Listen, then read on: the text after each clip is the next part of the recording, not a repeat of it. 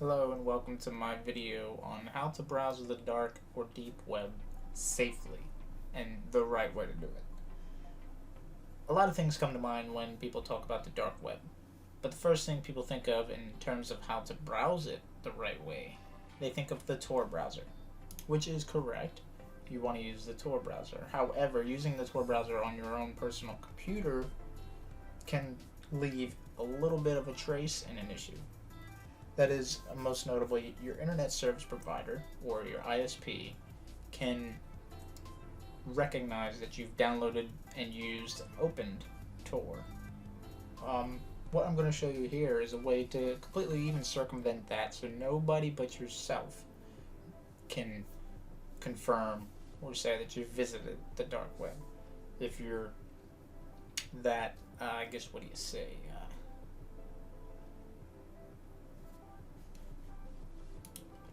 Maybe skeptical of it. With that said, I'm going to show you the right way to do this. We don't even need the Tor browser at all. The safest and most effective way is to use something called Tails. I'm going to show you how to do this, and along with this website comes a perfect tutorial. I'm going to walk you through it. Most people aren't even aware of Tails, and this is the proper way if you ever plan on visiting the dark web or have and want to revisit it in a safer format. So the first thing you're going to do is you're going to click on this link which I've provided in the description, and then you're going to choose your operating system. I'm going to go ahead and assume that Windows will be the most often used, and it's the system on which I'm on. You'll be presented with this screen. You want to download and install from Windows. So you'll click on this button here. It'll give you a little overview of what you're going to need and the steps involved. So just click on Let's Go. And then here are the steps. It'll kind of walk you through it, and it does a great job of doing so. The first step will be download Tails. What you're going to need is a USB drive to do this on. This isn't going to be a dual boot that you have to add to your system or anything. This is going to be a complete and separate entity from which you boot from, and that's the USB drive. It's a full operating system and has Tor browser on it. So that's why there's no need to download Tor. So go ahead and download this image, and depending on your internet speed, it's going to take some time.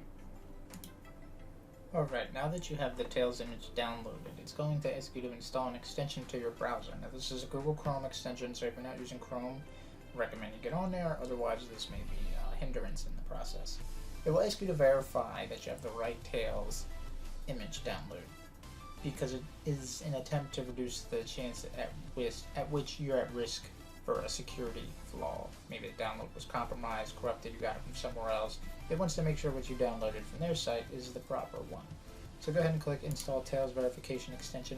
Now I have Brave, so it's going to say add to Brave. This is built on Google Chrome. I can make a video on that later, why it's superior. Just click Add to Chrome if that's what you're using. And once that's done, you can leave that tab, and you'll see this new button here, Verify Tails. So you're going to click on that and navigate to where you downloaded your file. Find it, click on it. It'll then verify that you have the proper image. Alright, once that's done, we're going to head to the next step. Just click Next. Makes sense. Alright, so now it's going to have you download a program which will write the file image to your USB drive.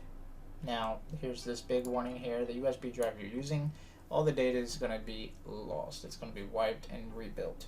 With this image in mind, this is going to be a bootable USB stick. So, obviously, we can kind of skip up here. It's just a little intro. Alright, it's going to have you download Etcher. So click right here, download Etcher for Windows. I will also include this in the description, just for convenience, I guess, whatever's easier. Once that's downloaded, I'm not going to go through this process because I already have my USB drive configured in this way. This tutorial breaks it down step by step, makes it as easy as possible. So, once you have it downloaded and installed, you're going to open it. Well, actually you don't have to install it, I believe, because it's a portable version, so I'll open it for you. I'll try to go along with this as far as I can with you. Now you're going to have this, matches the picture, just the same. Now, it tells you step by step, select the image button. Click the select image button. This is going to be the file we just downloaded, so it's going to be your Tails image. You're going to open that, and you're going to select your target. This is going to be your USB drive that you're going to use.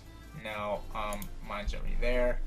So I'm going to X out of this, but you're going to click on that, continue, and then you'll have the flash button. And it won't take too long. It may take a little bit, depends on your computer and your USB drive itself. So once that's done, you are done. The next step will be booting from the USB drive, which I'm going to show you how to do now. So I'll give you a quick rundown on how to boot from the USB. First thing you're going to want to do is click on your start menu.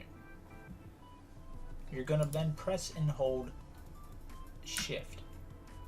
Click the power button, and while still holding Shift, click Restart.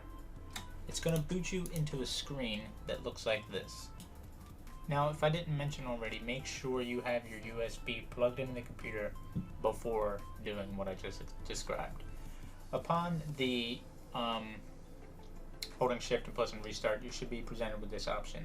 I found this image on Google to best display it without actually having to go through that and filming on another device and so on and so forth.